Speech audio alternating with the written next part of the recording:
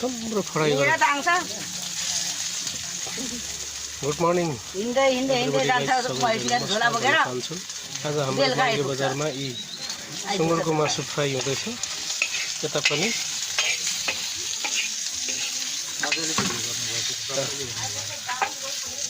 यो फ्राई गरेको त मान्छेले पुरै हेर्दो रहेछ क्या कस्तो बनाउँछ भन्छ नि त।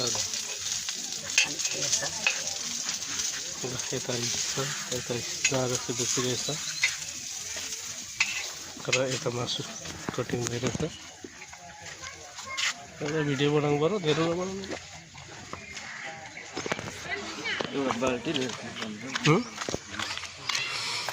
यता होटलहरू सञ्चालन गरिरहेछ।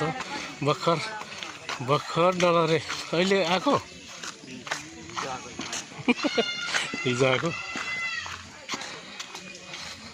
यो हाम्रो शनिबारे बजार बाङ्गे बजार यसरी भैँसीहरू काटिरहेछ फ्यामिली भन्नाले।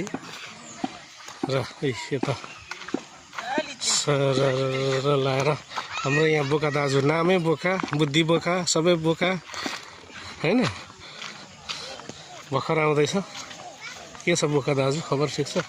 नामै कसले तिमीलाई यस्तो बोका नाम राखिदियो? बाफ्रे के गरेछ? आन्द्रा धोएर आउँदैछ बाबै।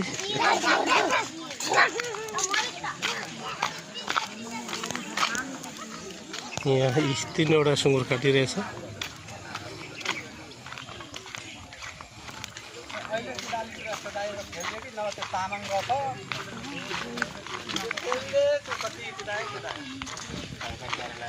के छ भान्जासेरी? यस्तैमा त खिचा जान्छ। अब के त गर्नु त, अब तिम्रै मात्रै हालिदिन्छ म। अब आमामा डबलै रहेछ नि त हाम्रो हेर्दा नि सुँगुर त यो त। अनि